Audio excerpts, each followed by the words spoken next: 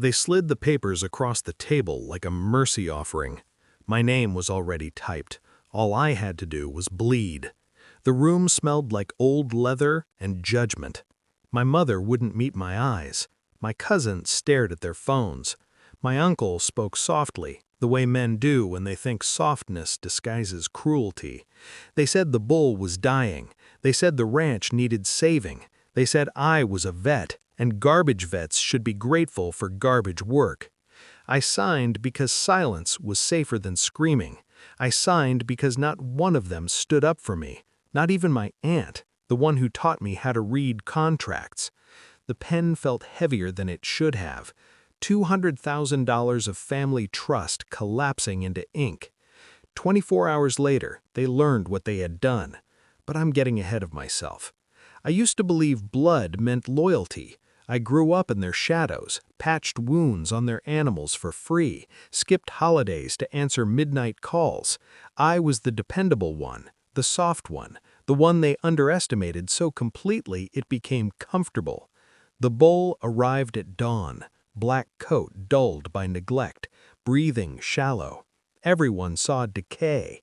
I saw restraint, controlled muscle wasting, a fever pattern that didn't match infection, a genetic marker I'd only seen once before, in a journal article no one in this family would ever read. They called him dying. I called him dormant. I told them he needed isolation, tests, time. They laughed, said I was stalling, said I was padding hours, said I wasn't good enough to argue with men who owned land. That was the moment something in me went quiet. Betrayal doesn't always arrive screaming. Sometimes it sits down, pours tea, and asks you to ruin yourself for the family. The signs were there long before the signature. The way they talked around me, not to me, the sudden urgency, the contract written by their lawyer, not mine. I noticed the clause they didn't expect me to read, the one transferring liability, not ownership.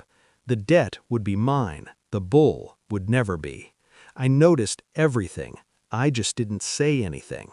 When you're surrounded by people who think you're small, patience becomes a weapon. That night, I ran my own tests, blood, tissue, genome. The results came back clean, then rare, then impossible. The bull wasn't dying. He was carrying a stabilized mutation, one that could triple muscle yield without hormone dependence, ethical, replicable, legal. The kind of biology that changes an industry, the kind investors salivate over, the kind that turns a ranch into a billion-dollar engine. I didn't sleep. I built. By sunrise, I had provisional patents filed under my name, emergency veterinary intervention rights documented, a Shell LLC registered before breakfast, calls placed to 3 biotech contacts who owed me favors from years ago. By noon, the bull belonged to science. By evening, he belonged to me. They realized their mistake the next day. It started with whispers, a canceled meeting, a sudden flood of calls I didn't answer. Then my aunt showed up at my door, eyes red, voice trembling, talking about misunderstandings and love. She said family shouldn't fight over money. I said family shouldn't force debt on one member and call it duty. When the press release hit, when the valuation leaked, they panicked. My phone exploded, apologies layered over threats, promises wrapped in desperation. They wanted me to fix this, to tear up the contracts, to remember where I came from. I remembered everything. The plan had never been loud. No confrontations, no shouting. I let the debt mature for exactly 30 days, long enough to trigger the clause they'd overlooked. Default transferred property rights tied to the debt, the ranch, the land, the livestock, all collateralized. Their lawyer called me screaming. Mine emailed back calmly. I bought their silence with their own signatures. The confrontation happened in the same room where I signed my name away. This time, I stood. They sat, faces pale, hands shaking. My mother cried quietly. My uncle tried to bargain. My aunt didn't speak at all. I told them they had 30 minutes. 30 minutes to pack what they could carry. 30 minutes before security arrived. 30 minutes before the locks changed.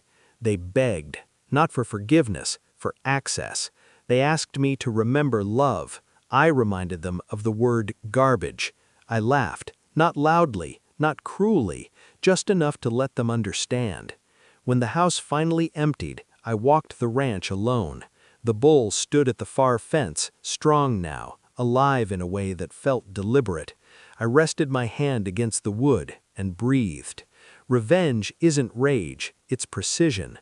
I didn't destroy them, I simply stopped carrying them. Justice doesn't always roar. Sometimes it signs its name quietly, waits, and collects. And for the first time in my life, the silence felt earned.